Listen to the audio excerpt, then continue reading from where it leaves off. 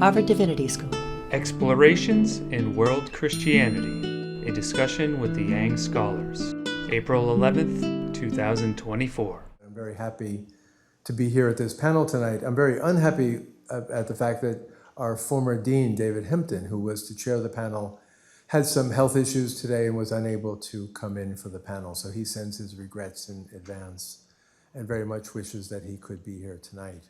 So we have a wonderful panel, Explorations in World Christianity. I'll say something general about what we're up to tonight, and then I'll introduce each speaker just before they speak. So I'll do them one at a time instead of all at once. So the first thing to do with the young fellows in global world Christianity is to thank XD and Nancy Young for their generous support and foresight in realizing that this program was very well worth bringing into existence and getting people together to think about world Christianity and to think about where we might go with this exciting project. This is the third year of this project. We've had wonderful fellows year 1, year 2, and now in year 3, bringing very rich and different aspects of world Christianity to bear in our conversations, teaching courses for our students, and opening so many doors and windows in the Divinity School. The goal, the longer-term goal, I think, is to establish this as a regular part of the life of HDS going forward. That as we globalize and we celebrate and explore many different religious traditions at the Divinity School, to realize that Christianity is not simply a religion of the West, the modern West or the ancient West or the medieval West, but that in fact most Christians in the Christian world are actually living outside the West now. And countries, parts of Asia, but certainly Africa, increasingly important in how we think about what it even means to be a Christian. So we're really kind of investing in the next century of HDS by having this wonderful program. And David asked me to mention that he's, due to his, I think, hard work and maybe cooperation from our fellows, that the Radcliffe Institute has awarded a major seminar grant for next year to bring a dozen or more scholars to Harvard to discuss this field of inquiry. So there'll be events next year that David will have to say more about over time. But it's quite exciting to realize that it's gaining momentum and things are moving forward quickly. So what we will do tonight is that we'll have the 3 speakers, approximately 20 minutes each, more or less, and then open it for discussion. It's a little after 4, so by 5:30 we'll be done. But nonetheless, we can have, I think, plenty of time for discussion, conversation. And at any point during our conversation, if you'd like to go back and grab some refreshments, please do. Don't hesitate to do that. So let me introduce then our first speaker for tonight. Gina Zurlo received her PhD in History and Hermeneutics with a concentration on world Christianity from Boston University School of Theology, studying under Dana Robert, who of course is a renowned scholar of world Christianity with a focus on Africa. Gina's research interests include history, quantitative studies, sociology of religion, and gender studies. And she is co-author of the World Christian Encyclopedia, the 3rd edition, which came out just before COVID in 2019. And she's the editor of the World Christian Database and World Religions Database from Brill. She's authored 3 books, at least. Global Christianity, A Guide to the World's Largest Religion from Afghanistan to Zimbabwe, A to Z. Women in World Christianity, Building and Sustaining a Global Movement, also in 2023. And from Nairobi to the World, David B. Barrett and the Reimagining of World Christianity, also in 23. In 2019, she was named by the BBC one of the 100 most inspiring and influential women for her work in quantifying religion and non-religion worldwide. Her interdisciplinary work utilizes novel methods to make new discoveries about current and future trends of world Christianity, from measuring membership and affiliations to assessing attitudes and beliefs on current issues. This year, she has been working on a new global data set to measure gender gaps in Christian membership, participation, and leadership in churches worldwide. She's also working on a project of world Christianity and the climate crisis, which uses free online tools such as Google APIs and ChatGPT to analyze global Christian discourse on climate change, sustainability, and environmental justice. All of our fellows teach a course, and Gina did her course back in the fall, Trends in World Christianity 1900 to 2050.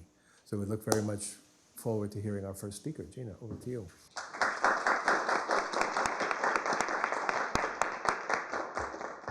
Hi, everyone. Thank you so much for that generous introduction. I have slides to show because, as you heard, I work with data, and I can't speak without a visual. So we're going to be working through a lot of data tonight, but there's no math involved on your part, so don't be nervous if math is not your thing. So what I want to share with you is a little bit of what I've been working on the Women in World Christianity project to measure gaps in membership, participation, and leadership in Christianity around the world. But first, I just wanted to set the stage by this big picture, really important theoretical framework for world Christianity studies, which is the shift of Christianity from global north to global south. So in the beginning of the 20th century, 82% of all Christians lived in the global north, defined by the United Nations as Europe and North America, and only 18% of Christians lived in the global south. But today, this is the demographic makeup of Christianity, where now 33% of Christians live in Europe and North America, but 67% of all Christians live in Asia, Africa, Latin America, and Oceania. And if you follow this trend out to 2050, we anticipate it will be 77% of all Christians living in the global south. So this is a whole new framework for thinking about Christianity in the world today. And here's a map of the world's 2.6 billion Christians, and this is Christianity by membership and self-identification. So these are all the people in the world who self-identify as Christians. The darker the blue, the higher concentration of Christians. The lighter the blue, the lower concentration of Christians. Now, I could spend the next 18 minutes just talking about this map and why this map looks like it does, but this is just for the broader context. Because today we're talking about women. And I had this book come out last year, Women in World Christianity, Building and Sustaining a Global Movement, where I produced the first ever data set on the male-female ratio of every Christian denomination in every country of the world. And that's what I will call the membership gap. So I want to share with you a little bit from this. But I want to start with the United Nations Human Development Report from 2019.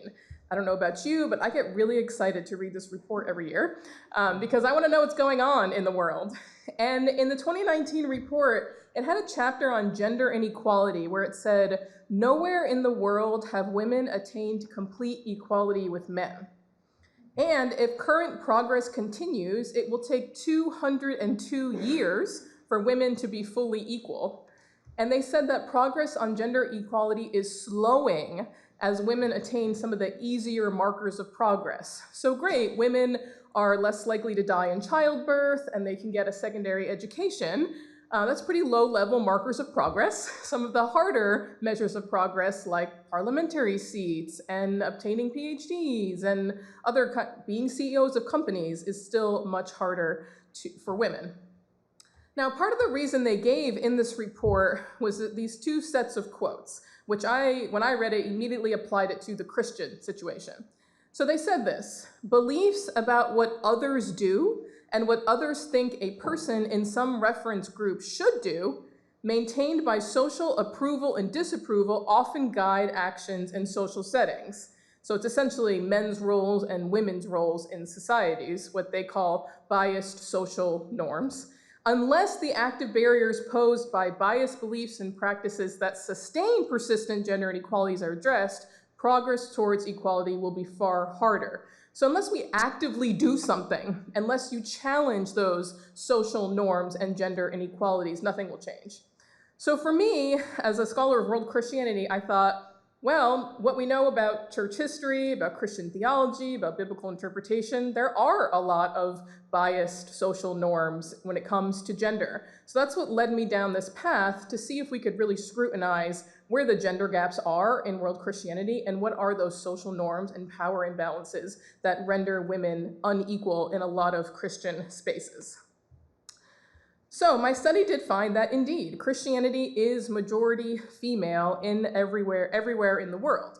And Dana Robert famously came out with an article in 2006 where she called world Christianity a woman's movement. And in that article, she said there was no data to back that up. Now there is. So I did find that Christianity is majority female everywhere in the world, but actually by really small margins. So on every continent, church affiliation is more female than the general population. And remember, this is church membership and affiliation. Now, the world's population is 50% female, and I found that Christianity is 52% female. This is what we call really uninteresting data in technical terms, okay? So this is not interesting at all. But the interesting thing, though, is the chronic lack of data on gender in world Christianity. So I did a many years long research project to uncover the best sources of data for membership in churches, denominations, Christian networks, and for the most part, that data was not there. And it's not because Christians don't count stuff. Christians count all kinds of things. Every network and denomination and church, they know how many people are attending, they know how much pastors are getting paid, they know how much money it takes to keep the lights on. Christianity is quantified. But they're either not asking the question of what % of their members are men or women, or they are asking and they're not reporting it. And I'm not sure which one is worse, actually.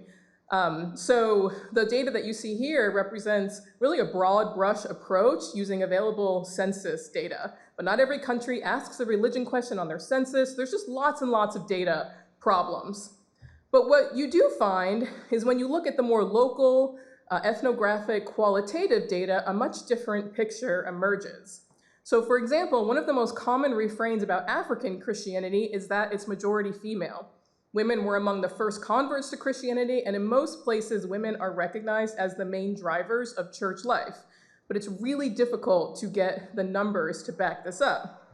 Here's a couple examples from some of the secondary literature that I encountered. On the Catholic Church in Benin, this one informant said, "Women are very active in the church," she boasted. For instance, women are the majority in church attendance everywhere. Women do everything. Coming to the church, you'll find out the population of women is greater. Women can be about 80%, while men would be something like 20% in attendance. 80-20 is a lot more than 50-50. Another example of the International Center for Evangelism in Burkina Faso, where this one informant said about 90% of their church members are women. And not only did they make a quantitative statement, they made a qualitative statement and said, and they are far more dynamic than the men. So when you can get down to more nuanced data, you see the gender gap emerge. So I was curious to find out more about what women are actually doing in churches. Are they doing everything, or are they only doing some things in churches? Are there men's roles and women's roles? So I did a global survey, which was supposed to be done in person in the year 2020, which did not happen. So it was administered online in 2021, where I asked people a series of questions. How do you think the chances of women and men compare when it comes to getting a particular position in a church? And so I asked all kinds of positions: senior pastor, deacon, administrative assistant, family pastor, worship leader, intercessor, small group, 16 different positions in churches. The blue is that people thought men had a better chance of getting that position. The orange is people thought women had a better chance of getting that position. And the green is people thought men and women had an equal chance of getting that position. And they don't add up to 100 because some people didn't answer. Now, when I saw this data, I was actually kind of surprised by all the green in the graph. I thought, okay, there's actually quite a few positions where people think men and women have a more or less equal chance. You can see the 0% for head pastor for women at the top. That was not surprising. So I asked, what do you think? And then I asked, who actually holds this position in your congregation? And that's where you can see the gendered realities of congregational life, where blue is a man held that position and orange is a woman held that position. So women appeared most often to be serving as administrative assistants, children's Sunday school teachers, and intercessors. And that's the global data. When you look at regional data, so Latin America, for example, the only position that was a majority women was children's Sunday school teacher. So the gender dynamics of world Christianity are pretty clear. But I wasn't really satisfied with that. I wasn't satisfied because of this lack of data. And I thought, well, what data is out there that we can get to nuance this big brush picture that I published in this book. So that's what I've been working on this year at HDS, is what I'm calling the series of Christian gender gap indicators. So I thought, is there a way to piece together what I found in the membership gap with existing survey data from the World Values Survey, which is the largest, most global social scientific tool we have, looking at various practice and belief measures, church attendance, prayer, importance of religion and belief in God. And then the yellow here is the leadership variables, which are two new variables that I worked on this year. So let's look at the participation gap and the leadership gap. So these are the four standard variables in religiosity that social scientific surveys and polls use to show how religious an area or a country is. And there actually isn't much of a gap between men and women, as you might expect. So here we have a radar graph of all the four variables together. The green is men and the orange is women. And you can see those lines are pretty close. We only have a slight majority for women in belief in God, prayer, and importance of religion. Now, one thing I want to say about survey measures is that they are self-report measures. And I think there's a lot of bias that goes into how often do you go to church? Are you really going to say never if you feel like the person asking you the question expects you to go to church with any regularity? So we do see some differences with these data by continent. And this is what I think is important when we're considering trends in world Christianity. So we can see much higher rates of importance of religion, prayer, service attendance, and belief in God in Africa. Look how large the radar graph is in Africa compared to, say, Oceania, very tiny. Now, of course, the Oceania data only includes Australia and New Zealand, doesn't include the Pacific Islands at all. So Australia and New Zealand are notoriously some of the most secularizing countries in the world. But you can see Africa, Latin America, even Asia to some extent, higher on some of these measures than Europe and North America. But the thing that's most interesting to me is there's no gap.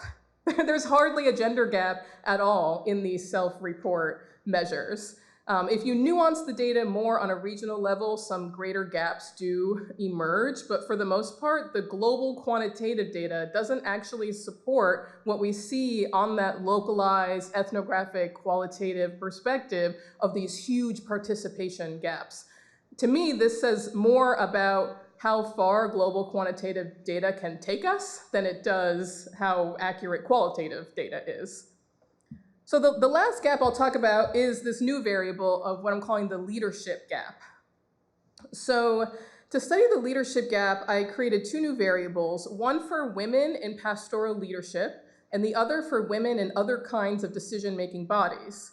Now, a man can be a pastor in every church in the world, and a man can be on a decision-making body in every church in the world, and that's what the green shape shows you in these two graphs. And then the gap is between women, which is orange, and green, which is men. So women around the world are asking questions that men fundamentally do not have to ask.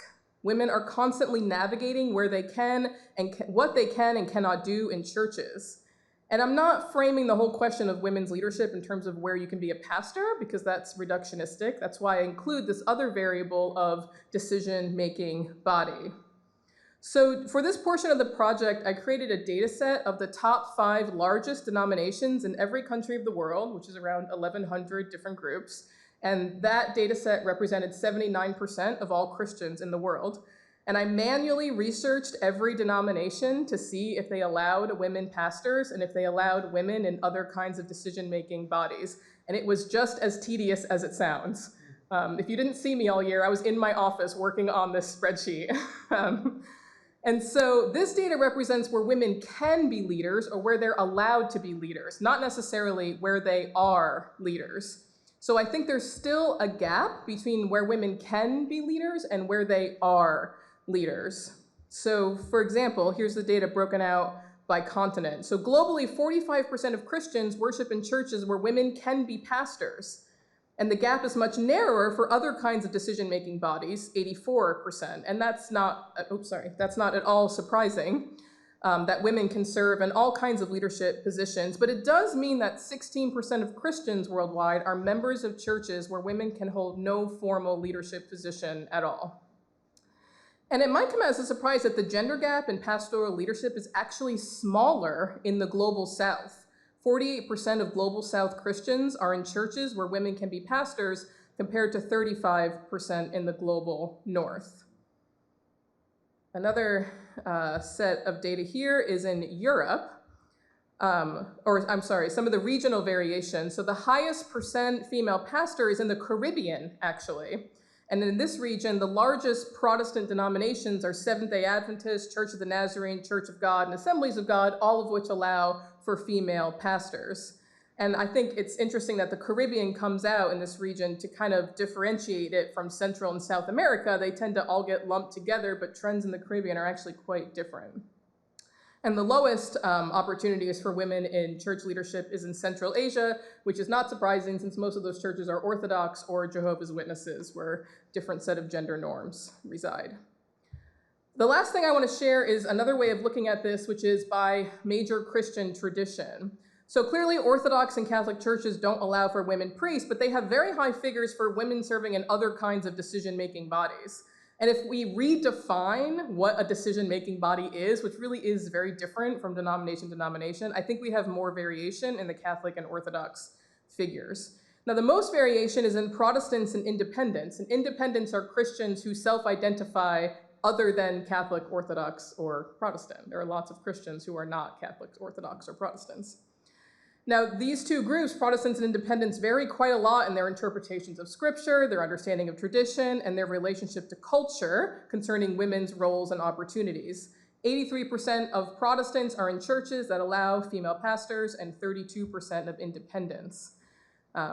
So this is a little bit of what I've been working on, and I have like 1 million more slides and 1 million more data points that I could share at some point. Maybe I'll be able to teach Women in World Christianity, and we'll go through all the data together, which would be really fun. But I think what this shows is we really have to nuance the method, the data, and the sources when we're looking at what's happening around the world in terms of women's challenges and opportunities. And I'm still working out the implications of measuring the gaps in membership, participation, and leadership, but what I have found so far in talking to a lot of Christian women around the world is that they do see themselves in this data. They recognize what those challenges are for women around the world, and they are coming up with all kinds of creative, interesting ways to overcome those challenges. So the work continues, and hopefully in the Q&A we can talk about it more if you'd like. Thanks.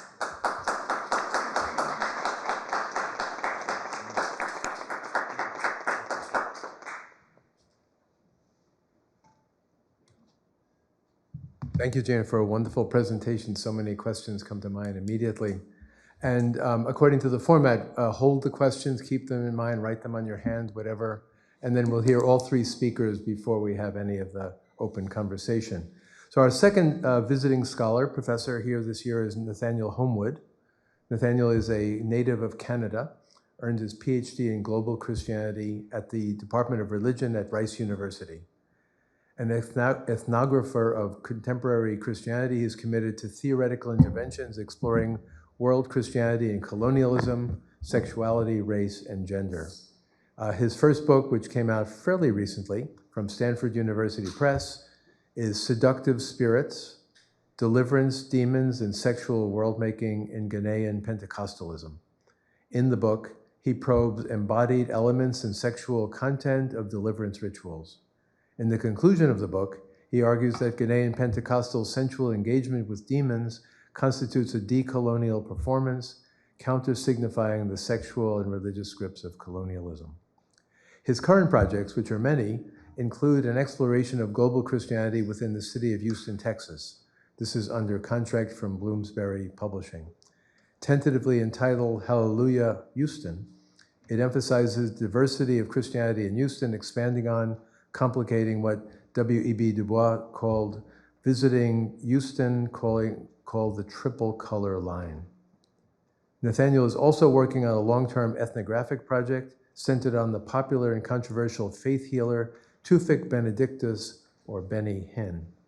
This book will articulate the complex cartography of faith healing, demonstrating that practices and beliefs around Pentecostal faith healing do not only, or perhaps even primarily, emanate from America and Western televangelists. He explores Hin's global personality, his relationships through participant observation in healing events. Interviews include also with Hin himself, unprecedented access to Hin's ministry archives. So there's a lot going on in this research. And Nathaniel's been teaching this semester the medium and the mission, technology and communication in global Christianity. So let us welcome Nathaniel.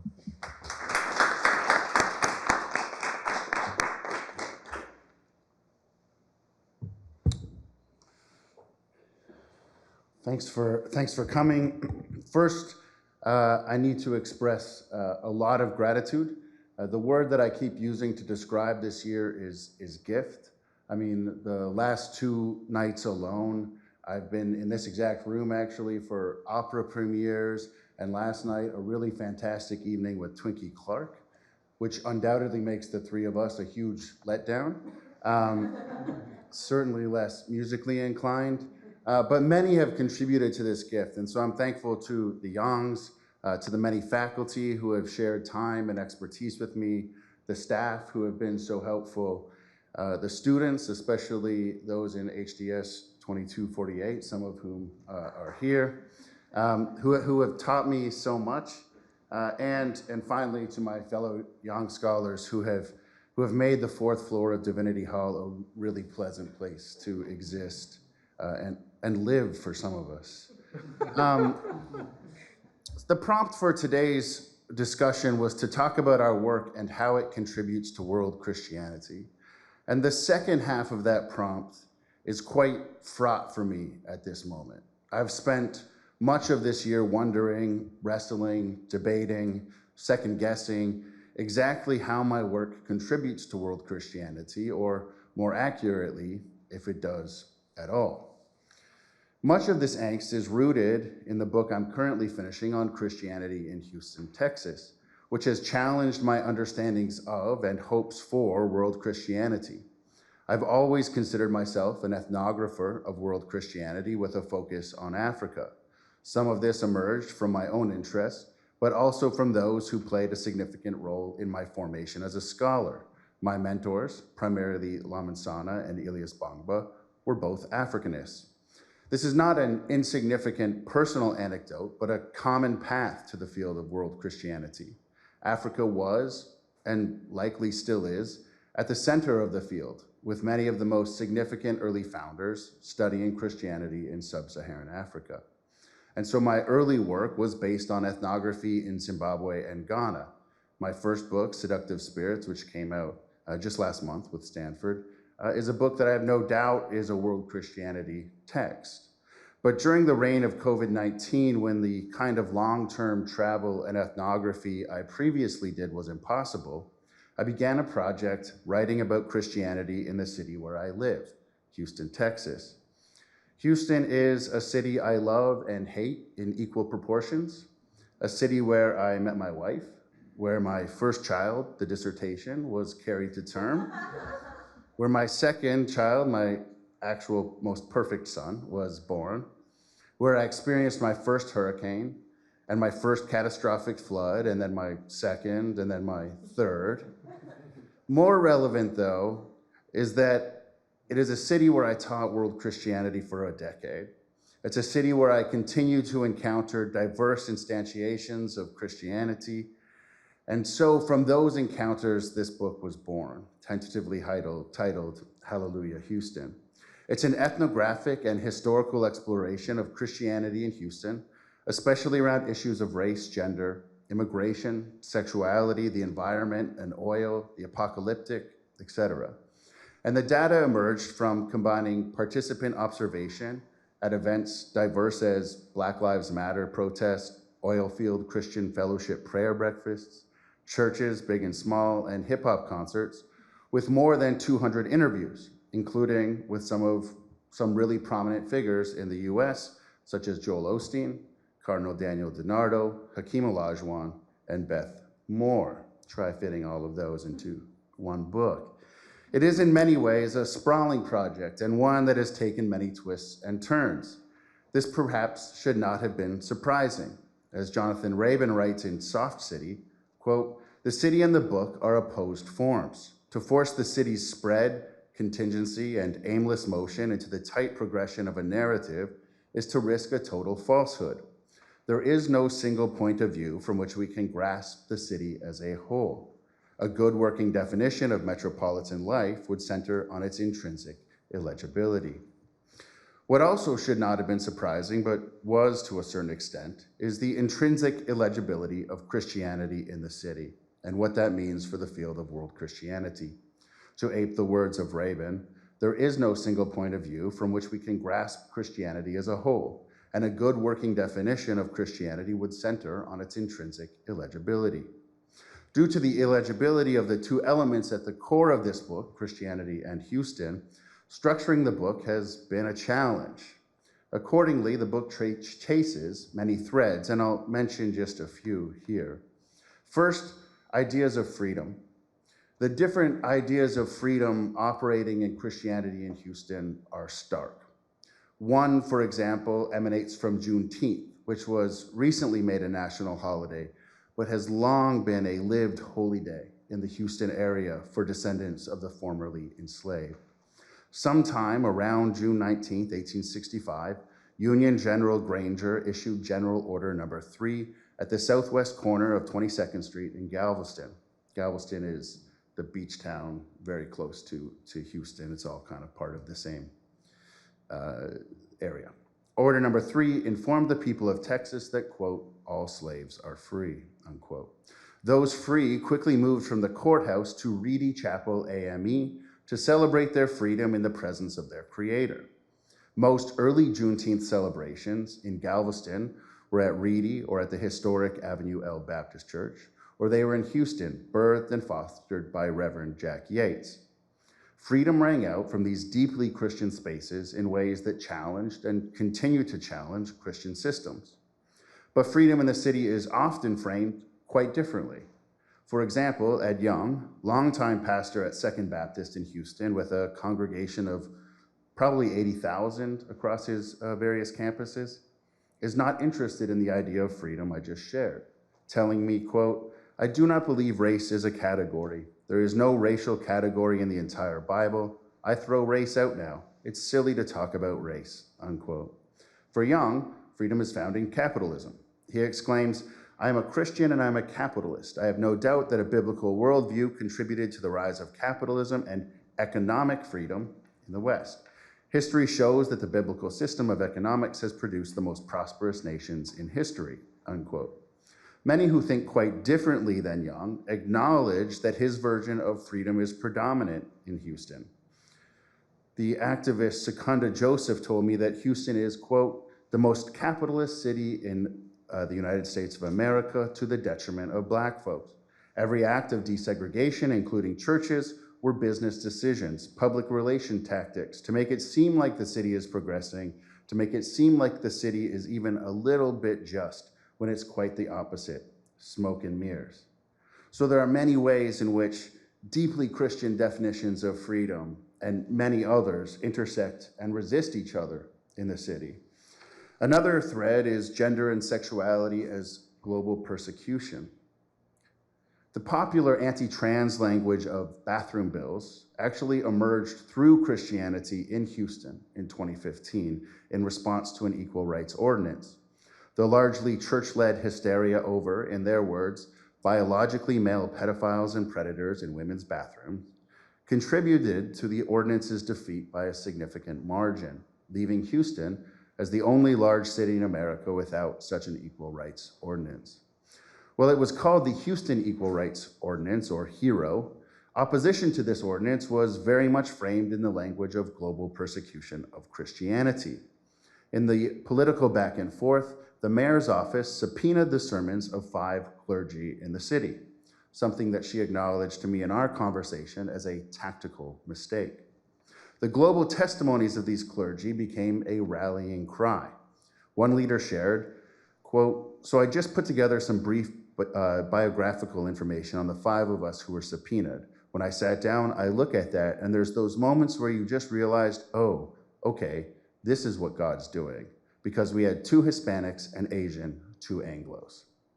Now let me share how some of the Houston Five understood their subpoenas in conversation with me. Hernan Castano said, "The first thing that came to my mind was the memories of the country my parents had brought me out of," which is Colombia. "The memories of what my parents had taken me out of to never live again, where if you speak, you get denied the right to speak, you get intimidated, where they make you understand that your voice has no significance. What is happening in this city and in America?" Con Huynh, who refers to himself as one of the original Vietnamese boat people, said, "It's a shock for me because coming from a communist country that I escaped from, we have that happening where sermons were reviewed or censored by the authorities, and we escaped Vietnam from that and now came to this city, and I can't believe it's happening here in Houston, Texas." Magda Hermida said, "This was quite a shock to me. I was shaken.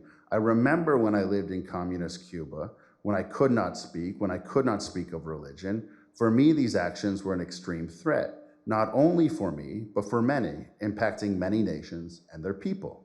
In this way, America is held up as a threatened bastion of Christianity in a world of persecution, and the resistance to a very local equal rights ordinance is an international Christian mission." A final thread I'll share is leaving Earth. World Christianity has always been very earthbound. But what about Christianity that tries to move beyond this planet? Christianity in the space city demands such thinking in a few ways. The first example is space exploration. From the very beginning, Christianity was invoked in this move beyond the Earth. JFK, in a speech September 12, 1962 at Rice University Stadium, and I have to note that considering the impressive ineptitude of Rice football, that the "we choose to go to the moon" speech, Super Bowl VIII, and a Billy Graham crusade are actually the only things of note that have ever happened in those stadium walls. In the speech, Kennedy stated, "As we set sail, we ask God's blessing on the most hazardous and dangerous and greatest adventure on which man has ever embarked." And indeed, God traveled back and forth, often between Houston churches and space.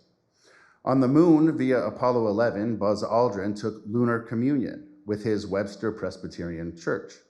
Taking the bread and wine, the first foods ever eaten or poured on the moon, he poured them into a chalice from his church. "In the 1/6 gravity of the moon, the wine curled slowly and gracefully up the side of the cup," he later wrote. Webster Presbyterian actually still celebrates Lunar Communion Sunday annually. Many tried to take the Bible to the moon. Apollo 13 took 512 copies on microfilm, but of course Apollo 13 did not make it to the moon. Apollo 14 took 300 Bibles on microfilm from the Apollo Prayer League in Houston to the moon and back. And on Apollo 15, David Scott took a Bible gifted from his Houston area church, St. Christopher Episcopal, and left it in the moon's Sea of Showers, perhaps the only Bible outside of Earth today.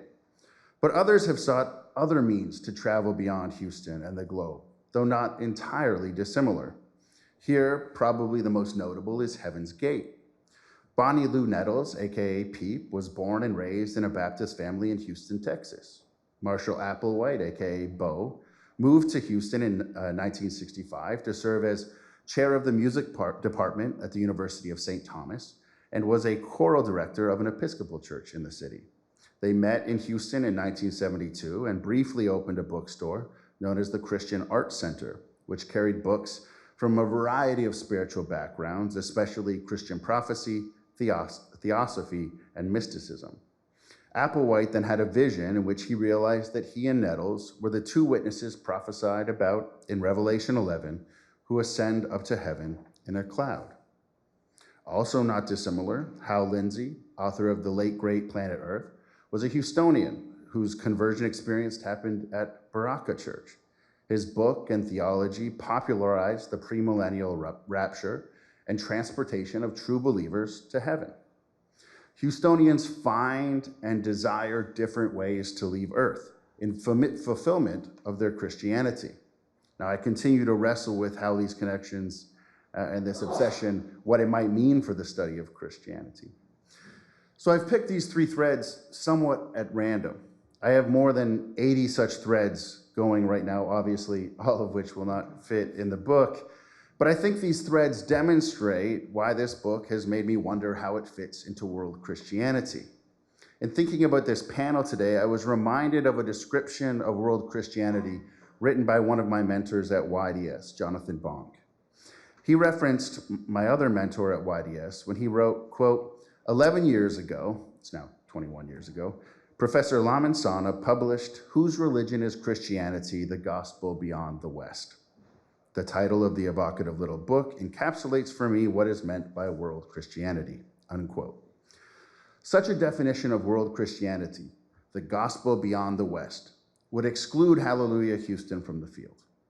Let me break down this definition in three parts to demonstrate both how it excludes, while also making the case for why Hallelujah Houston is world Christianity.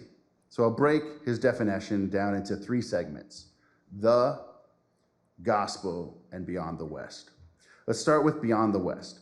World Christianity has often studied regional Christianities in geographical locations in the non-Western world, often deliberately excluding Christianity in the West. World equals non-Western in this equation. Now, this shift was for good reason, the West having long attracted a disproportionate share of scholarly attention.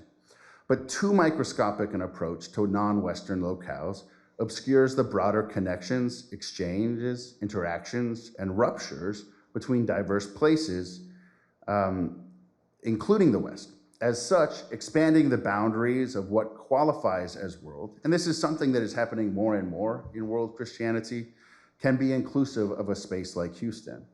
But even in expanding the boundaries of world, I'm still left with a lot of questions about how this project fits in. Is all Christianity world Christianity? I think an argument can be made that what happens in Christianity in Houston reverberates globally, even when not obviously. Similarly, I think the same argument could be made for Christianity in Accra, or as studied and practiced here at HDS. But is that enough to constitute world Christianity? Further, does expanding the boundaries make the field incoherent? Is incoherence a problem? As a spoiler, I'm going to answer no in a moment. So the second piece is gospel, right? The gospel. Well, I'm respectful of world Christianity's missiological roots. I'm uninterested in perpetuating missiology by another name. Bonk and Sanneh's use of gospel admittedly makes me uncomfortable. Does world Christianity have to be about the good news or good news at all? I think historically it certainly has trended that way, but I think it needs more critical lenses and perhaps some irreverence. If world Christianity could embrace irreverence instead of triumphalism and critical interventions rather than uncritically accepting Christian self-representations, then I think Hallelujah Houston has a place in world Christianity. And then finally, the. Bonk and Sanneh's use of the definite article the is loaded with unhelpful notions of homogeneity and uniformity in Christianity. We need something more complex, and I've long hoped that world Christianity would offer theory that does a better job of representing a vast, dynamic, bewildering complexity not easily accommodated by customary academic understandings of Christianity. One way I am attempting to capture this complexity is by exploring Christianity as multiplicities, an approach that embraces Christianity's intrinsic illegibility and escapes the totalizing of Christianity or Christianities. In many ways, I'm trying to answer the call of Deleuze and Guattari in their book, 1,000 Plateaus, to make multiplicities. I eschew treating Christianities as a numerical fragment of a lost unity or totality, or as an organic element of a lost unity or totality yet to come. I'm trying to create multiplicities with no apparent order or coherency. Instead, I'm obsessed with connection and heterogeneity. Each element of Hallelujah Houston can be connected to anything and must be. Instead of the definite article the, I want to use the coordinating conjunction and. I'm tentatively titling this Christianity. By inserting and into Christianity, I'm trying to construct rhizomes. A rhizome has no beginning or end. It's always in the middle, between things, making unlikely connections. Deleuze and Guattari write, the fabric of the rhizome is the conjunction and. The and here is not Christianity plus something else, but an effort to chase peculiar connections that suggest additional connections, only retaining that which augments the number of connections. Such an emphasis obviously runs counter to treating Christianity as a higher unity. I am left then with the question, what is world Christianity? Is it a field, a discipline, an analytical framework? Is it a mode of doing research? And if it's a mode of doing research, is it purely descriptive or is it normative? It's my hope that our conversation tonight won't answer the question, what is world Christianity? But will expand what it could be. I also fondly hope that HDS, and this feels trite and pandering, but nonetheless true, will continue to invest resources in pushing world Christianity forward down new, creative, thought-provoking, and maybe purposefully incoherent avenues. I cannot think of a better place to do so. Thank you.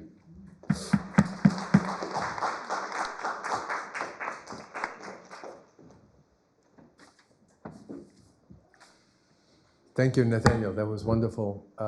So again, you'll have to start writing questions on your other hand as well to make sure we have a lot to talk about. But we have one more wonderful speaker before us, Thomas Santamaria. Tom received his PhD in History and Renaissance Studies from Yale University. Before coming to Harvard, he was interim dean at the Silliman College at Yale. He has published numerous articles on sanctity and bodies in the early modern world, as well as histories of men who left the Society of Jesus. You should write a book about the men who stayed in the Society of Jesus. That's been covered. That's covered, okay. Yeah. And also the conversion of Sir Toby Matthew. He is nearing completion of his first monograph, Temptation and Torture, Catholicism and the Paradox of Feeling. And he is co-editing a volume on global Catholic missions and the emotions that is now under review. He is ready to start research on his second book project, a Jesuit who didn't leave, Robert Bellarmine, Cardinal Robert Bellarmine, Saint Robert Bellarmine. And Tom will be heading off to Rome in just 1 week, and will continue working on his article on the theme of his talk today, Bilocating Nuns and Catholic Global Missions. And he's been teaching a course this semester as well, Mysticism and Madness in the Early Modern World. Perfect for HDS. Welcome, Tom.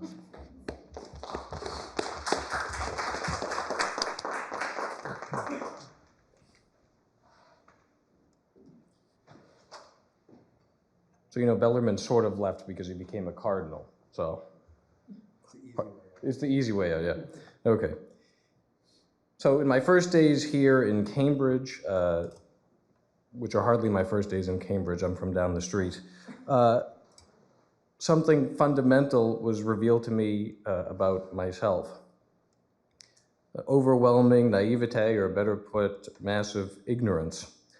I came to realize that when I had applied to be a young visiting scholar in world Christianity, I didn't even know what world Christianity was, or what it meant to speak within this field of inquiry.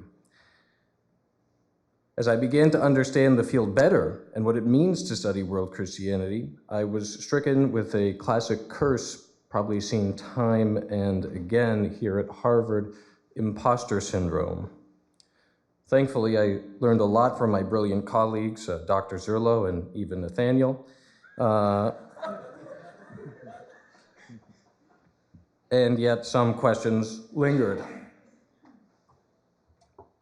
Why on earth would HDS want me? What does my work have to do with world Christianity? What can I offer this important and vibrant field as a researcher in early modern Catholicism?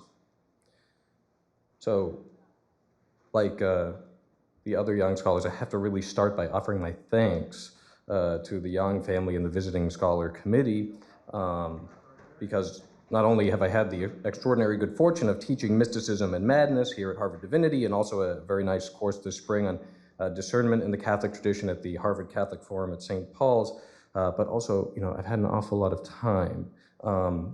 I wouldn't ordinarily be thankful for it, but after a year as the Dean of Silliman College, where I had everything anyone could want except time, it's felt very nice to have the time for the research. So I think it's worth then saying a little bit about what I have been doing over these last few months. So first, I did complete this article on the English convert to Catholicism, Toby Matthew, and I was able, with the help of my co-editor, Eliza Fry, we submitted a full manuscript, thanks be to God. For those of you who've done edited volumes, you know, I won't do it again. But Global Catholic Missions and Emotions in the Early Modern World, and then, as Frank said, this first monograph project, Temptation and Torture. But I've also started working on these bilocating nuns, more on them soon. Turns out, really, they're everywhere. But speaking of everywhere, Toby Matthews is a good place to start. So what I did was explore his motivations for converting to Catholicism. His conversion stirred a lot of controversy. He was the son of the Anglican Archbishop of York from a prominent Episcopal family in the Church of England. And, remember, Catholicism was in his time outlawed in England. So the question that seemed very important to me is, why would a person risk a comfortable and indeed affluent life to change religion? The article, I argued that in Catholicism, its rituals and devotions, its social and especially homosocial dynamics, and its international orientation, Toby was able to fulfill deep-set emotional needs he developed from his childhood and young adulthood, in which his father, the Archbishop, publicly wished him dead no fewer than 3 times. Catholicism offered Toby support, community, and freedom. One of those freedoms was the opportunity to live almost exclusively amongst men. As a Protestant, this was not possible after the Reformation. Luther's idea of masculinity demanded clerical marriage, the thought of which repulsed Toby, as he relates in his autobiography. You see, in return for permission to travel to the European continent from his parents, he promised his mother 2 things. That he would neither go to Italy nor Spain, and that he would promptly return home and marry.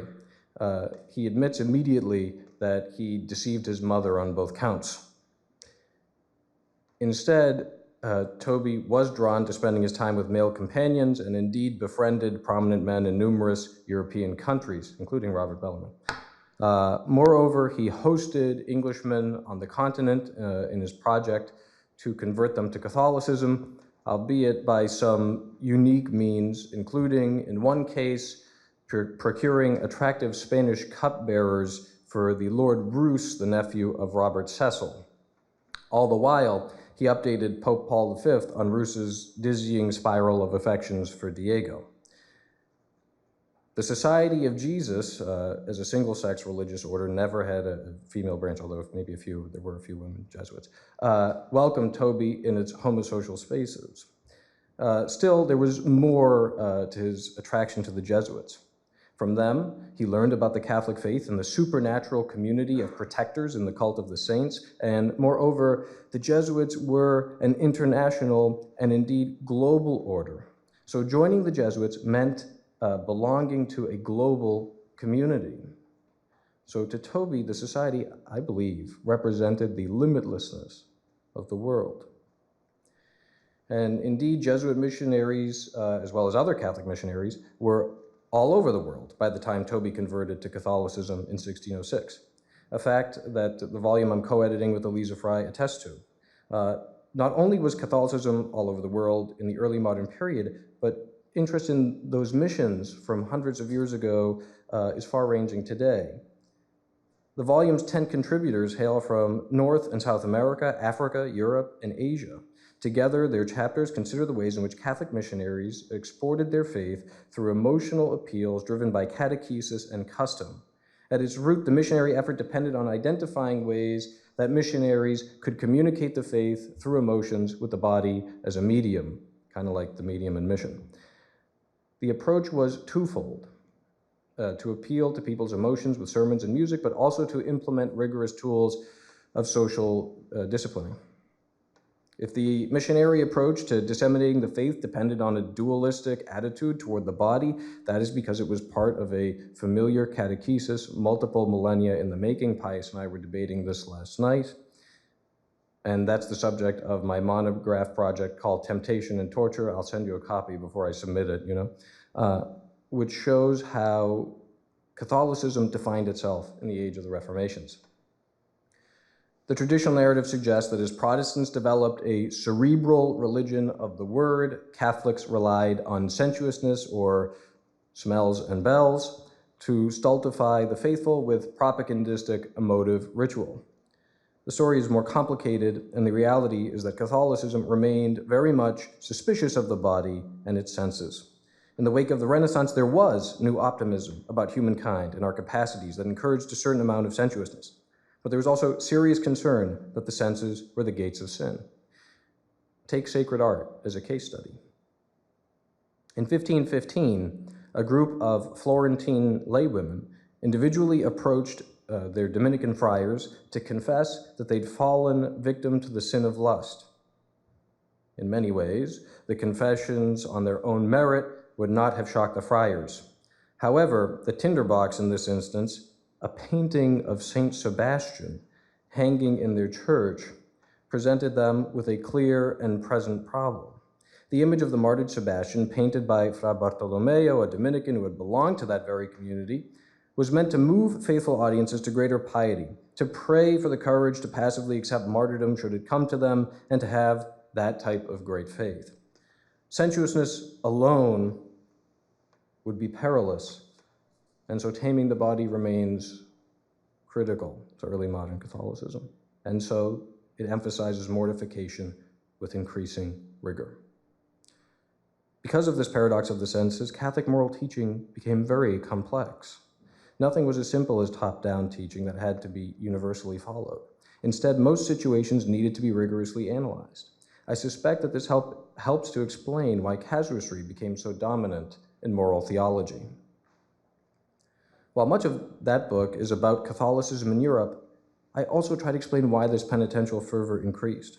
It seems to me that one plausible explanation is that Europeans were inspired by the fervor of recent converts to Catholicism in places like Japan and the New World, where both martyrdom and intense self-mortification were embraced by new Christians.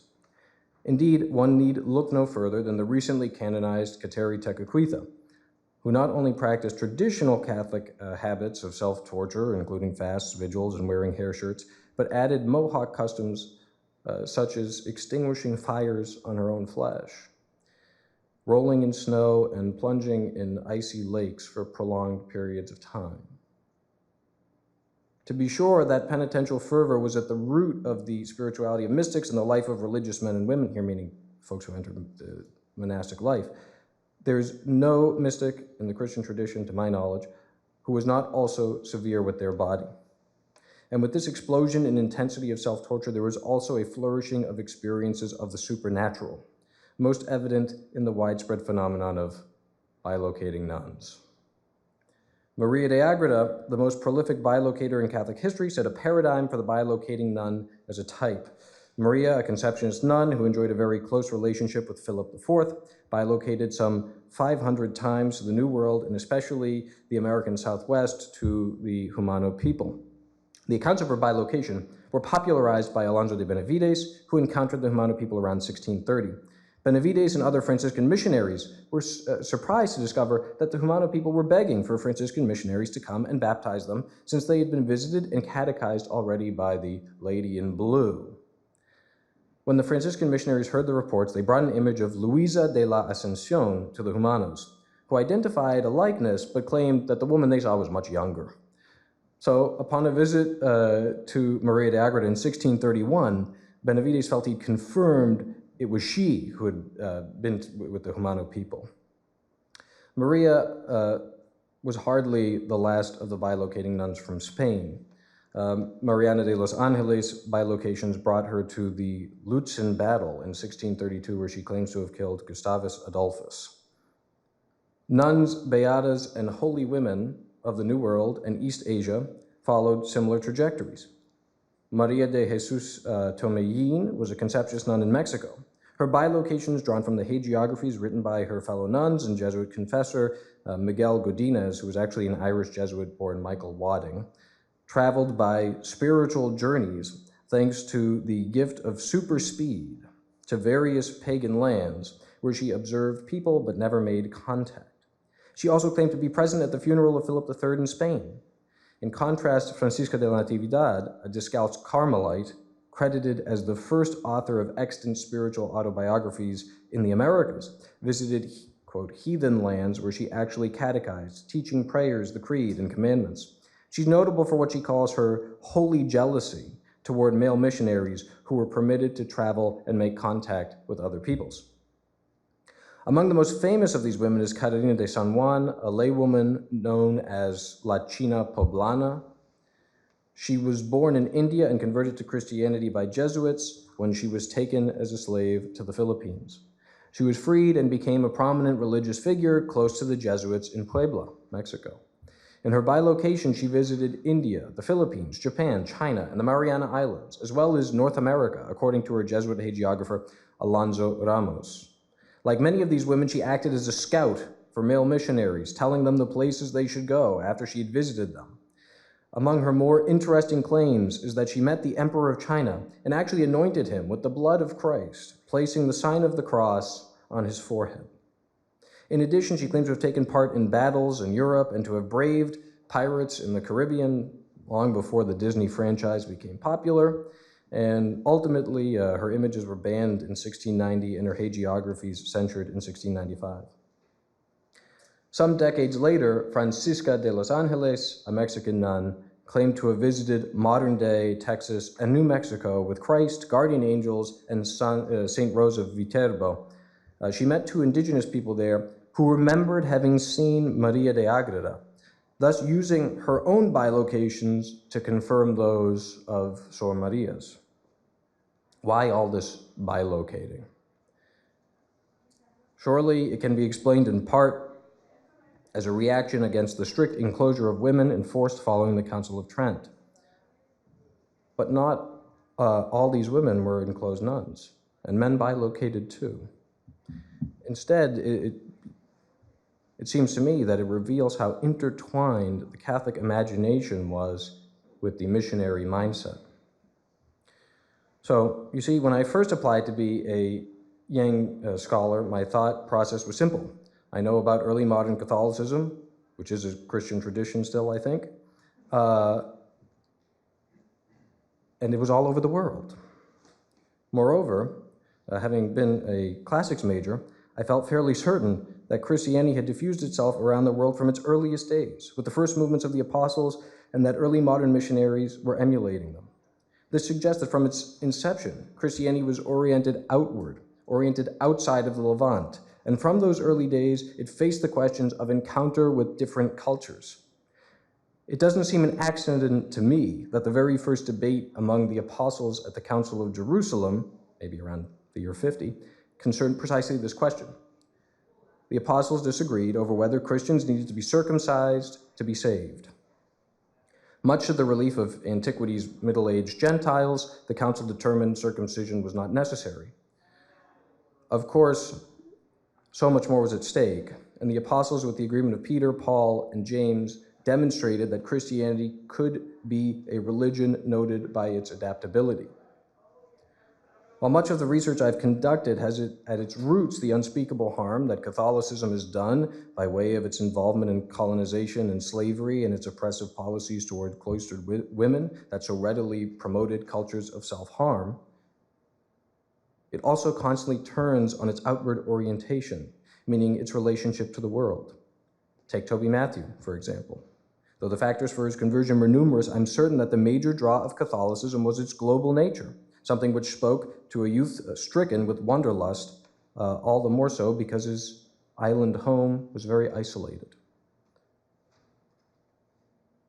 The work of missionaries across the globe and their efforts to learn new cultures and accommodate to them speak to this as well, as do the somewhat wild and supernatural quest of bilocating nuns. Together, this research makes certain demands on world Christianity as a field. First, perhaps, that it could take Catholicism seriously, and that there can be no dispute of Catholic missionaries of the early modern period, for all the harm they may have caused, that they were at the heart of Christianity's global scope today. Without them, it seems unthinkable that Christianity would be a religion of the global south or anywhere outside of the West. This dovetails well with the second point, that world Christianity could and should turn to the past as much as to the future. If Christianity is and will continue to be a religion of the global south, that is because of events that happened long ago. Finally, it seems that world Christianity as a discipline will gain much by shifting away from understanding doctrines and trends and toward believers and their experiences, both mundane but also supernatural. Without serious attention to these lived experiences, even the transcendent ones, we may risk losing much about understanding Christianity. If your collective patience and time allow, I hope you'll forgive me to speculate for a moment about the future of Christianity. I don't know the facts and figures as Gina has them, but it seems to me that if Christianity will in fact, as people predict, continue to be a world religion and a religion outside the West, then it's going to have to continue its long-standing process of adaptation. Drawing on my own research and what I've shared today, I see two critical insights that Christianity, perhaps especially Catholic Christianity, can bring to our world fractured by digital spaces and gripped by a pandemic of loneliness. Christianity has always insisted on embodiment. In the more gruesome manifestations of that, it has turned to penitential practices as a way to bring meaning to suffering. Yet it also strikes a more optimistic note, as St. Robert Bellarmine eloquently reminds us, that God granted humanity, as he says, 2 eyes, 2 ears, 2 hands, 2 feet, 1 nose, mouth, chest, head, and the outcome, he says, was very beautiful. Add that the same God gave to you all the senses so that you might become full of joy. For would the eyes be helpful if there were no light? Would ears be helpful if everything was silent? Would noses if there were no odors? Now, God, on account of you, made the sun, moon, stars, all the sounds, odors, tastes, fruit, regions, plains, mountains, treasures, and wealth for your senses to enjoy. The lesson is clear enough. Long before the New York Times app had its well section on how to live better, Christianity pointed us away from strictly digital or interior lives for lives of physical activity and appreciation of our natural world. Yes, developing an interior life is crucial, and yet even Christian hermit monks in their interiority required physicality and interaction with the world. Much of that physicality came in the form of ritual. And here too, we find another striking point. There's no Catholic sacrament that takes place in solitude. Rather, sacraments, as well as many other ritual activities, depend and rely on community. The great doctor of the Church, Teresa of Avila, clarified this point when she described hell. According to her, hell was not the place of wailing, physical torment, and gnashing of teeth. Instead, it was claustrophobic constriction, utter solitude. Loneliness is hell. Christianity has been selling the antidote for a long time in its communal worship. So let me conclude with this. It seems to me that if world Christianity is to have a future, then Christianity will have to continue to speak to the world. Thank you.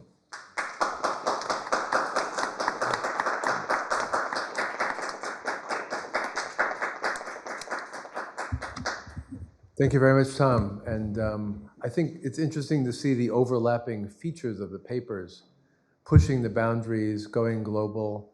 But I would see, maybe because I'm looking for a kind of subterranean theological issues creeping around the margins of the papers and under them about what difference does this make in terms of Christian belief and so on. So I think we have a lot to talk about on the practice and on the theology. And we have about 20 minutes or so before the formal session breaks up. I think you could pose a question to any of the panelists, but then the other two would always have the right to jump in and add a comment or so. So who would like to go first? Yes, please. I guess I can selfishly start because I have the microphone in my hand. But this is kind of a general question that I have. As Dr. Homewood mentioned, global and world Christianity have become like like synecdochize, I don't even know if that's the right word, with like the global south, study of Christianity in the global south. But I'm curious if that also is implying that Christianity has become more like non-white. And so if that's the case, and you're kind of talking about global Christianity in Houston, I'm just curious about what exactly we mean by global or world or global south. If like, for example, because of this global movements that have been happening over the past centuries, now people are like leaving their homelands for various climate reasons, for I don't know, various like war-torn countries like my own in Korea. Like, I'm just curious, like, what do we actually mean by that? Is it just another way to say like non-white? Yeah, that's a great question. I think you're probably onto something. I hadn't thought about it like that, but that would certainly trouble the geographic definition. But this is part of the problem, and I didn't talk about this because I was going for the less obvious ways in which the world is obvious in Houston. But you mentioned some of the obvious ways, right? Houston is a hub of immigration. It is, along with places like Minneapolis, a hub of refugee resettlement. We have in the city churches that represent almost every place on earth, often Baptist in name, because that's where they get the money from, but not Baptist in ritual or theology. But also then there are obvious ways in which Houston moves beyond its own borders and to other spaces. So, for example, John Osteen, who is Joel's deceased father, spent a lot of time in India, right?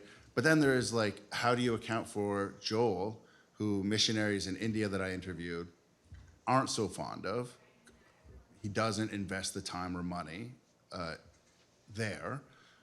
But how do you account for his television station that is program that's watched everywhere, right? He told me a story of showing up in Nairobi, getting off the plane, and immediately seeing his picture on the side of public transportation. And he was surprised, but the reality is this is one of the ways that it travels, literally, right, around the world.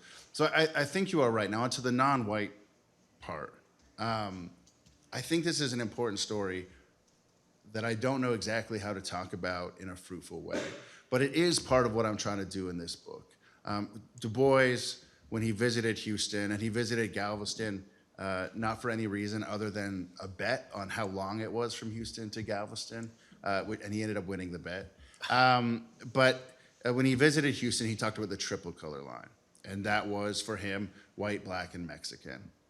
Clearly, a significant portion of the Houston population falls in this. But recent sociological studies, most predominantly from the Kinder Institute at Rice University, call Houston the most diverse city in the US. Now you have to squint certain ways and ignore other realities to get to this definition. But it is by the definition that Houston is the closest, if you divide a population up in quarters, Asian,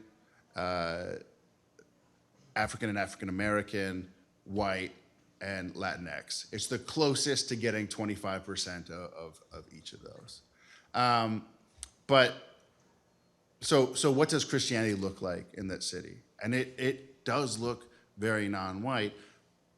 It looks like the Lady of Guadalupe being paraded through the streets. It looks like churches reclaiming the racial equality of Azusa Street, because William Seymour actually, before he went to LA, was in Houston, but couldn't do stuff because of segregation, right? And so increasingly, it is non-white, and yet the story of Houston is often, right, Joel Osteen, whom personally I like. He's very, very kind and friendly, and sort of devastatingly, recently there was a shooting at his church. But people see his very white face and even whiter teeth on television, right? And that is what they think of Christianity in Houston. And so I think you are right. Troubling that is a crucial part of complicating world Christianity in a way that's not geographic. So would Gina or Tom, would you like to jump in on this question? I think one related point to this is the relationship of world Christianity studies and area studies. And we've had this conversation a lot over the last year. If you study Christianity in Zambia and you only study Zambia, are you a world Christianity scholar? And some people who study Zambian Christianity will say yes, and some will say no. And we had this discussion a lot of, is anyone who studies Christianity anywhere in the world a world Christianity scholar? And if the answer is yes, then what makes any of this unique? If the answer is no, well, what makes any of this unique? Does there have to be some kind of international piece? Does it have to be some kind of connectivity between Christianity in one place and another place? Is that what makes it world? There's actually no answer to this question at all. There's articles and chapters coming out constantly in this field trying to figure out what it even is we are doing and if this thing is actually a real academic field or not. And that's actually the subject of the Radcliffe seminar next year is world Christianity a real paradigm shift or a passing academic fad? That is the question that we're wrestling with in the field. I would say really quickly, though, that the question has been answered on the front of job hires, which actually do tend to be either area studies or missiology and nothing else. We can add, if it consoles you, the American Academy of Religion spends a lot of time asking, what is religion? Is there such a thing as religion? So maybe it's a syndrome of some sort. Tom, did you want to jump in on this? Nope, I'll let it go. I'll let that one go. Pius next, and then Lauren. Okay, Pius? Thank you very much for all of your lovely papers. A question specifically for Dr. Gina, I don't know her name. Zurlo. I wonder if within your data you've considered, for instance, the so-called Anglican realignment, the North-South divide. Analogous to this seems to be the almost unanimous condemnation of the latest papal declaration, Fiducia Supplicans, by the African hierarchy. Do you see that there is a tension perhaps between a wider appreciation for gender equality, gender studies? You cited the UN report, and of course the report, whilst being accepted, very often is met by various amounts of dissent on the floor of the UN itself, as they discovered interning there over the summer. I wonder what tensions you see and how it's possible to resolve these without resorting to the kinds of neo-colonial ways of trying to influence the things that happen on the ground. Yes, I think about this question all the time, every day. So the theme of tension comes up quite a lot in my work because I am working globally. There is no one view of anything in world Christianity, not in a country, not in a tradition, not in a church, right? So Anglicans are a great example of this because you have, say, the Episcopal Church USA and everything the Episcopal Church offers, but then you have the Sydney Diocese in Australia, which is very strict on no women in leadership. Even within sub-Saharan Africa, between priests, bishops, and archbishops, each diocese has a different interpretation of where women can do what. In each of the dioceses, even within sub-Saharan Africa. So there's huge amounts of tension there. How do you resolve those tensions? I do not have an answer for that. If I did, I'd be making way more money, probably, if I could figure that out. But I think a piece of it is local. So it cannot be I don't think it's going to be some top-down approach, because we've seen that. We have top-down declarations that people just get mad about and then don't follow on the local level. So we have to reinterpret gender injustice in local ways that people will respond to. So my understanding as a white middle-class woman that lives in Massachusetts is going to be a different way of understanding gender inequality and gender justice than a woman from Malawi, who is going to have a different set of assumptions and theories and methods for how to close that gender gap. So that's part of my challenge as a Western researcher doing global work, is not to impose my own understanding of gender roles and ideologies onto everyone else in the world. It's challenging. Tom, Nathaniel, either of you want to? Well, I would just really quickly jump in and say, again, this points to the idea of connections and ruptures between diverse places, including the West. So I will use Houston as an example. Not that everything is about Houston, but the Methodist Church, right, which is splitting or has split in many ways over sexuality. A lot of that happened in Houston. The first declaration, the Memphis Declaration, that included the first Methodist statement about LGBTQ was because a bishop in Houston died of AIDS. And it was a controversy that some Methodists felt the need to address. The Global Methodist Church, which has been spearheading some of the split, certainly in the West, and trying to push it beyond the West, grew out of folks and congregations in Houston. And so there is a very particular theology of sexuality amongst these folks in Houston. And both sides in the Methodist Church in the US accuse each other of colonialism, because they accuse each other of using the global South to further their agenda. And so it is just always these ruptures and connections that go in bizarre ways that I think points to the tensions that you are pointing out to. But if you only look at a single spot, you miss out on some of the places where that tension is really pronounced. Tom, did you want anything? Yeah, well, just to be brief, I think anyone who knows Catholicism knows there are as many branches of the Franciscans as there are hairs on my head. I'm losing it a little, but even still, there are many. And, you know, the Franciscans tend to divide over the issue of poverty. And it strikes me as entirely possible that issues of gender and sexuality are going to be the issues of division certainly in the Catholic Church, but then, you know, also in any other branch of Christianity. And I mean, it would be a little strange, you know, with Franciscans. So the more observant poverty, I mean, I don't know what that would be like for, you know, the church that tolerates this, but not that. I mean, you know, it doesn't, to a certain degree, it doesn't, you know, make sense, but it seems to be the way that it's dividing. And I wonder if turning back to history and seeing a wide array of human experiences under Christian and Catholic or whatever umbrellas might be a good way forward, such that, you know, Christianity doesn't end up getting more Franciscan in that sense. Yeah, so they remain together, yes. So we have 4 hands up, and I think maybe it would be good if we ask questions briefly and then answer them briefly to just make sure we cover. So Lauren, Simon, Swayam, and I'm not sure your name, David. I'll be brief. Okay. My question is mainly for Dr. Santamaria. Your research on bilocating nuns is fascinating. I heard you say that, you kind of raised this question, why bilocating nuns? And you said it could be a reaction to the enclosed life, but it's more likely the popular imagination working on mission, making sense of mission work.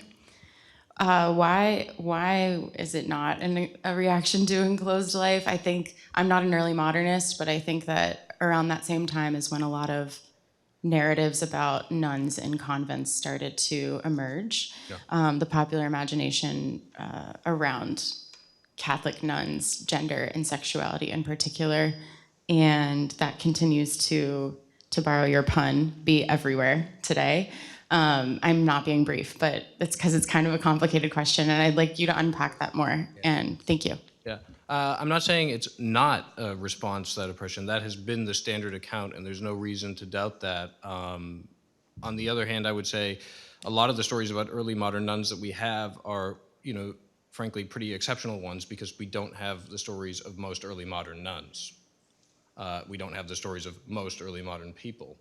So I think that certainly does account for some of the reason why there's this bilocating, but the reasons why I think we can and should look to other places outside of the question of gender or oppression is because men bilocate as well, and non-cloistered women also bilocate.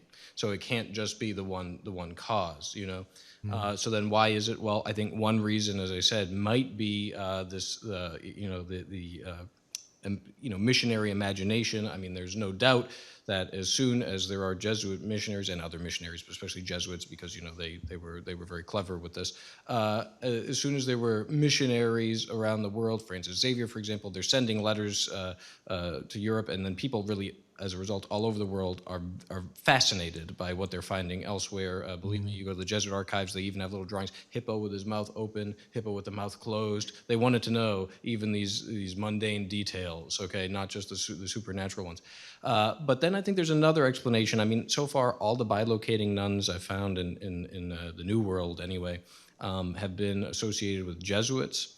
And I think one could say, oh, this is because the Jesuits are a missionary order and they're learning about missions. But I think there's another reason. You see, most Jesuits were not missionaries. Okay, they ended up stuck home in Europe, and they very much wanted to be missionaries.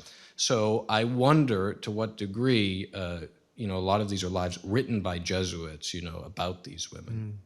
I wonder to what degree this wasn't a sort of Jesuit attempt to look at their brethren at home in Europe, sad that the Superior General keeps rejecting their chance to be martyrs. And it says, look, I mean, here we have these women doing it. Maybe if you just were a little bit better, you could also bilocate. Any quick comments from either of you? Okay. Simon. Two quick questions. The first to Dr. Gina. In your research, have you explored the possibility of the feminine in African indigenous religions as shaping the role of African women in Christianity? And not just that, there's a type of agency of leadership in African indigenous religions that these women bring in, which may not be visible in the traditional understanding of leadership and authority in Christianity.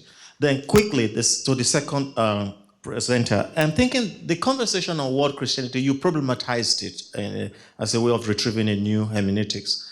But I'm thinking, have you looked at reception, the phenomenon of reception in the different traditions in Christianity?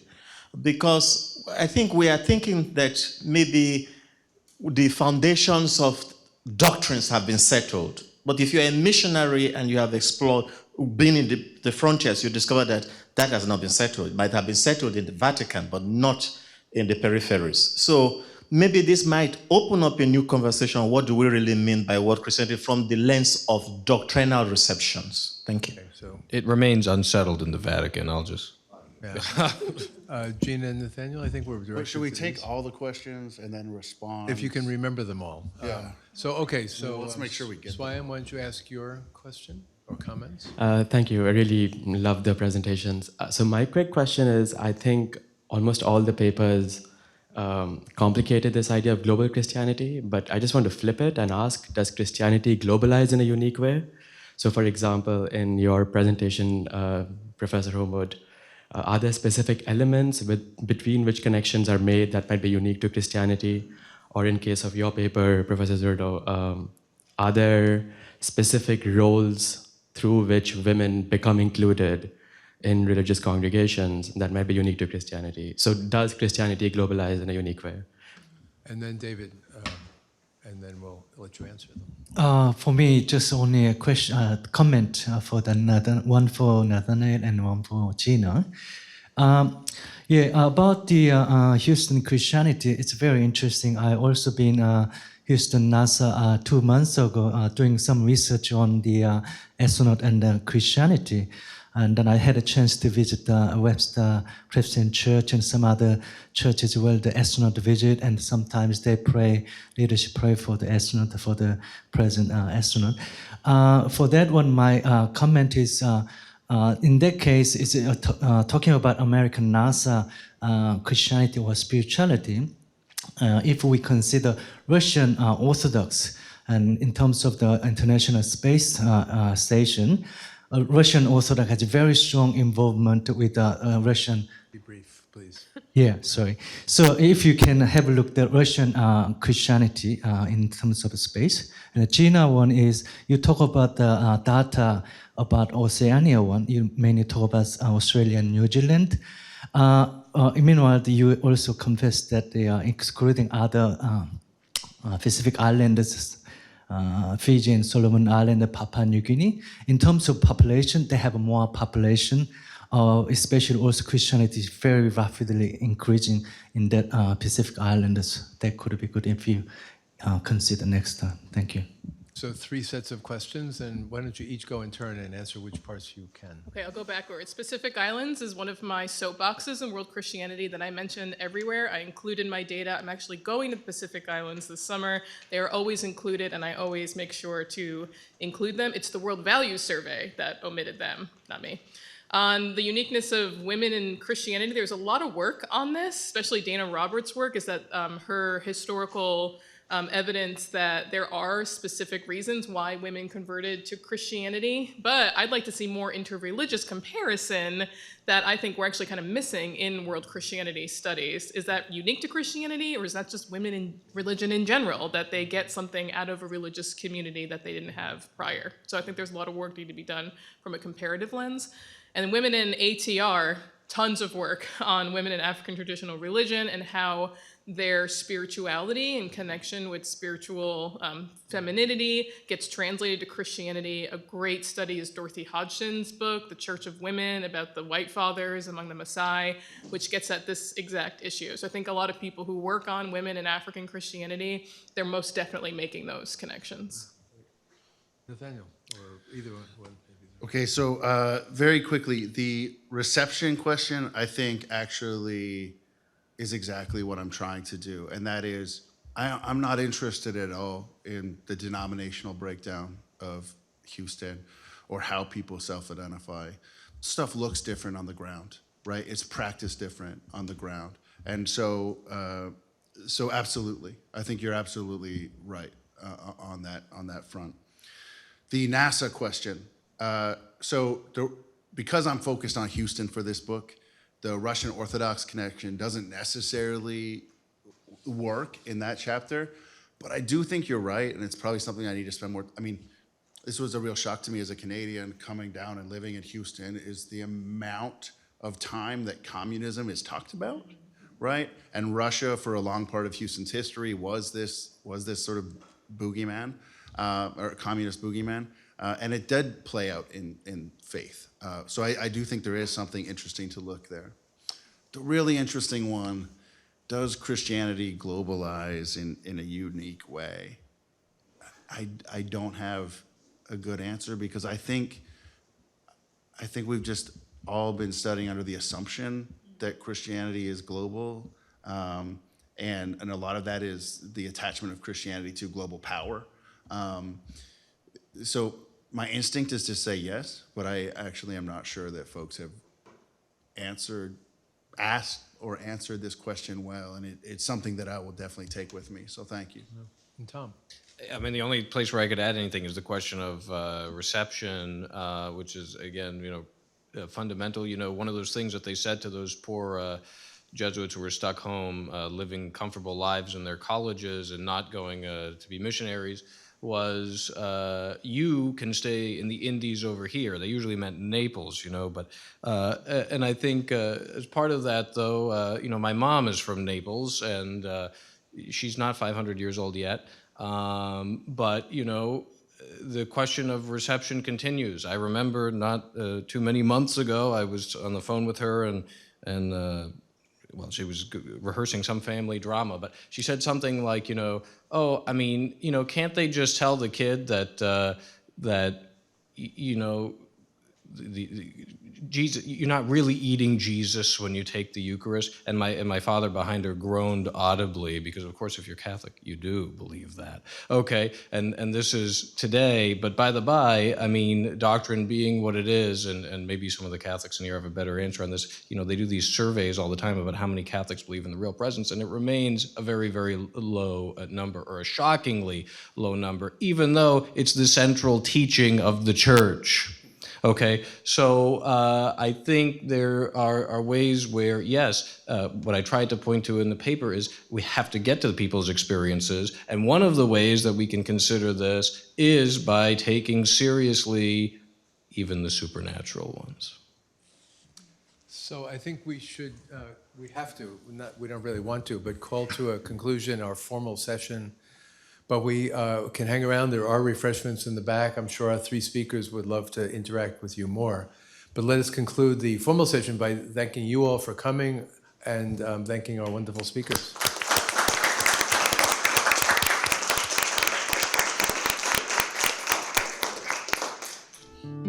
Sponsor, Yang Scholars Program. Copyright 2024, the President and Fellows